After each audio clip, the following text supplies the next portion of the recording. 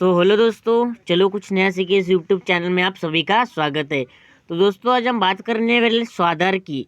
Doctor बाबा साहब अम्बेडकर स्वाधार योजना 2020 की। इसके लिए क्या प्रोसेस क्या होता है, क्वालिफिकेशन क्या लगता है इसके लिए, और कैसे कैसे फॉर्म भरना पड़ता है और कहाँ पे सबमिट करना पड़ता है और कौन कौन से दस्तावेज आपको यहाँ पे लगने वाले हैं। ठीक है दोस्तों, तो हमारे यही मोटो की स्वाधार के बारे में जितनी जानकारी हो सके आपको प्रदान करें। दस्तावेज कौन कौन से लगने वाले हैं हम आपको यहाँ पे बताने वाले। ठीक है दोस्तों, तो चलो वीडियो चालू करते हैं। तो यहाँ देखिए, डॉक्टर बाबा साहब अम्बेडकर स्वाधार योजना 2020। ठीक है, ये क्या होता है। तो सबसे पहले आपको बता दूं कि महाराष्ट्र स्वाधार योजना 2020 को राज्य सरकार ने राज्य के अनुसूचित जाति मतलब एससी और नवबद्ध श्रेणी के एनपीजे के छात्र है उसके उज्जवल भविष्य के लिए शुरू की है। ठीक है, तो इस योजना के अंतर्गत 10वीं और 12वीं डिप्लोमा और पेशेवर कोर्सेज मतलब प्रोफेशनल नॉन प्रोफेशनल पाठ्यक्रम की पढ़ाई 10वीं और 12वीं डिप्लोमा प्रोफेशनल मतलब प्रोफेशनल कोर्सेज स्टडी के लिए ये आपको मिलेंगे। उसके बाद और अन्य खर्चे जैसे आवास, बोर्डिंग और अन्य सुविधाएं के लिए राज्य सरकार द्वारा प्रतिवर्ष 51,000 रुपये आपको यहाँ पे आर्थिक सहायता financial assistance of ₹51,000 per year आपको मिलेंगे। ठीक है, तो महाराष्ट्र स्वाधार योजना 2020 को महाराष्ट्र समाज कल्याण विभाग, ठीक है, महाराष्ट्र सोशल वेलफेयर डिपार्टमेंट द्वारा चलाई जा रहे हैं। ठीक है, उसके बाद आपको इस योजना के अंतर्गत कक्षा 11वीं और 12वीं में प्रवेश लेने वाले सभी छात्र और उस इनके बाद पेशेवर और प्रोफेशनल और नॉन प्रोफेशनल, ठीक है, पाठ्यक्रम प्रवेश लेने वाले, ठीक है, एससी और नवबौद्ध मतलब एनपी के सभी छात्र पात्र होंगे।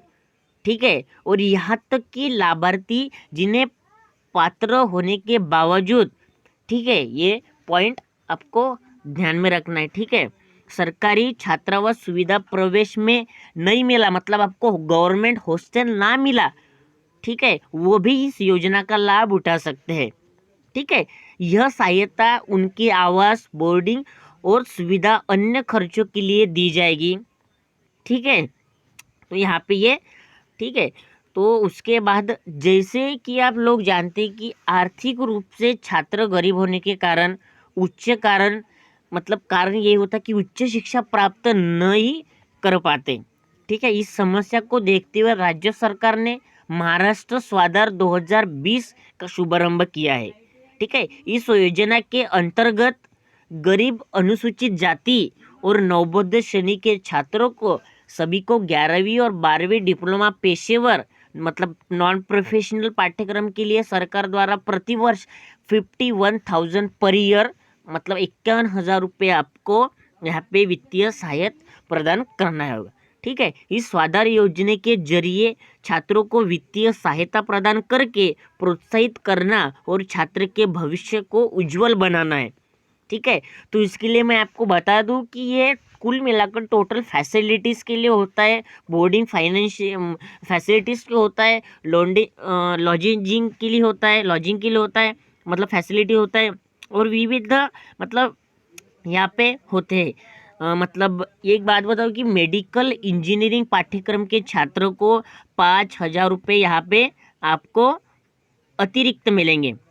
ठीक है, और अन्य शाखा मतलब अदर ब्रांचेस के लिए 2,000 रुपये अदर के लिए मिलेंगे। ठीक है, अदर कुल मिलाकर 51,000 आपको यहाँ पे मिलेंगे, 50,000 पर ईयर, 51,000 पर ईयर। और उसके बाद महाराष्ट्र स्वाधार योजना के मुख्य तथ्य क्या है यहाँ पे। इस योजना के तहत मतलब लाभार्थी के परिवार की वार्षिक मतलब इनकम, ठीक है, 2.5 लाख से ऊपर नहीं होनी चाहिए, अधिक नहीं होनी चाहिए, और 10वीं या 12वीं की कक्षा के बाद छात्र जिन पाठ्यक्रम में प्रवेश लेना चाहते हैं उस पाठ्यक्रम की अवधि मतलब 2 साल से कम नहीं होनी चाहिए, मतलब 2 साल से ज़्यादा होनी चाहिए उनकी पढ़ाई, कोर्सेस उनका 2 साल से ज़्यादा होना चाहिए। ठीक है, और उसके बाद महाराष्ट्र स्वाधार योजना 2020 के अंतर्गत आवेदन करने वाले आवेदक की पिछली परीक्षा, मतलब आप 12वीं में 60% से अंकों से उत्तीर्ण होना चाहिए।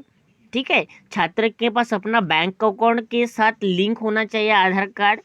ठीक है, ये अनिवार्य है, क्योंकि आपके जो आपका बैंक अकाउंट है उसमें ये पैसे आपको मिलेंगे। ठीक है, और मतलब कोई ऐसा आवेदक ही कि शारीरिक रूप से विकलांग है या फिजिकली डिसेबिलिटी उसको है, तो मतलब उसे कम से कम, मतलब कम से कम आवेदक की अंतिम परीक्षा में 40% होना चाहिए। मतलब कोई डिसेबिलिटी कैंडिडेट है तो उसके 12वीं में, मतलब 10वीं या 12वीं में 40% मतलब अंक होने चाहिए। ठीक है, उसके बाद आपको डॉक्यूमेंट्स, दस्तावेज कौन कौन से लगने वाले। ठीक है, तो इस योजना का लाभ महाराष्ट्र के अनुसूचित जाति, मतलब एससी और नवबौद्ध समुदाय, मतलब एनबी कैटेगरी के छात्र ही उठा सकते हैं। आवेदक महाराष्ट्र का स्थायी निवासी होना चाहिए। उसके बाद आधार कार्ड, उसके बाद पहचान पत्र, बैंक अकाउंट, पैन कार्ड होगा तो पैन कार्ड, कास्ट प्रमाण, जाति का प्रमाण पत्र मतलब कास्ट, मोबाइल नंबर और पासपोर्ट साइज फोटो होना चाहिए। ठीक है, उसके बाद स्वाधार योजना में आवेदन कैसे करें, ये मेन पॉइंट है। तो महाराष्ट्र के जो लाभार्थी इस योजना के अंतर्गत आवेदन करना चाहते हैं वह मैं आपको तरीका बताऊंगा, तो आप ये तरीका आपको फॉलो करना है। ठीक है, तो सबसे पहले आपको यहाँ पे आवेदक को महाराष्ट्र समाज कल्याण की ऑफिशियल वेबसाइट पे जाना है। ठीक है, ऑफिशियल वेबसाइट पे जाना है, तो उसके बाद, ठीक है, ऑफिशियल वेबसाइट के उसके बाद आपको होम पेज खुलेगा। तो इस होम पेज पर आपको स्वाधार योजना पीडीएफ पर क्लिक करना है।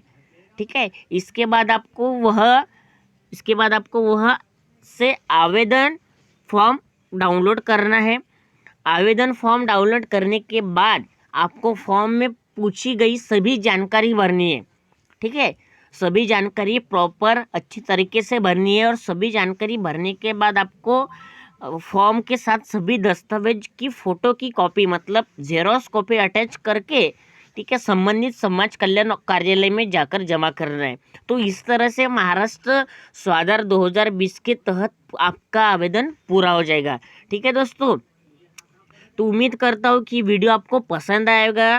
ठीक है, और पसंद आए तो ये सब आप स्टेप फॉलो कीजिए, उसके बाद आपको स्वाधार का फॉर्म आपको मिलेगा दोस्तों। ठीक है दोस्तों, मिलते हैं अगली वीडियो में।